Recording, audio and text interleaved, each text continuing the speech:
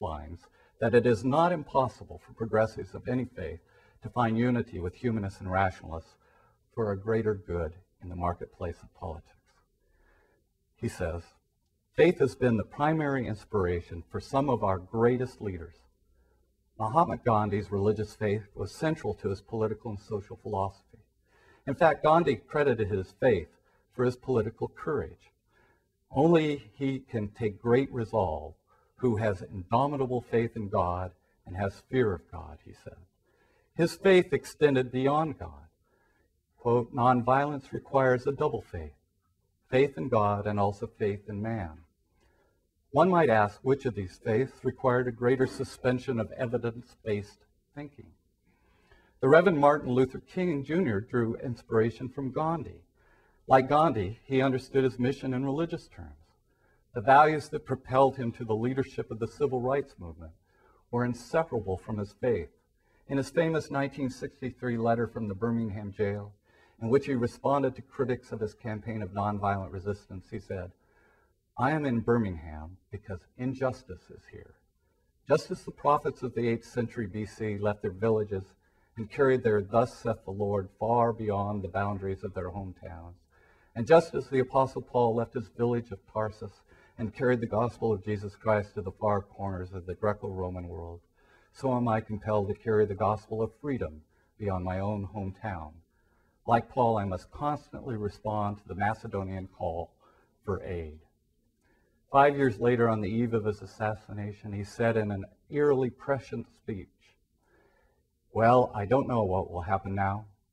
We've got some difficult days ahead, but it doesn't matter with me now, because I've been to the mountaintop, and I don't mind. Like anybody, I would like to live a long life. Longevity has its place. But I am not concerned about that now. I just want to do God's will. And he allowed me to go up to the mountain. And I've looked over, and I've seen the promised land. I may not get there with you, but I want you to know tonight that we as people will get to the promised land. And I'm happy tonight. I'm not worried about anything. I'm not fearing any man. Mine eyes have seen the glory of the coming of the Lord. Progressives are bound together by values, Ledner says. You and I believe in acting empathetically and with responsibility. We value cooperation and community. We model nurturance. We promote inclusion over exclusivity. We exalt the attitude of we are in this together over look out for number one. Like Gandhi and King, we keep the faith that we can make the world a better place.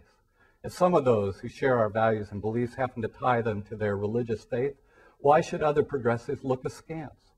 Why shouldn't secular progressives embrace the countless thousands of religious progressives in this country?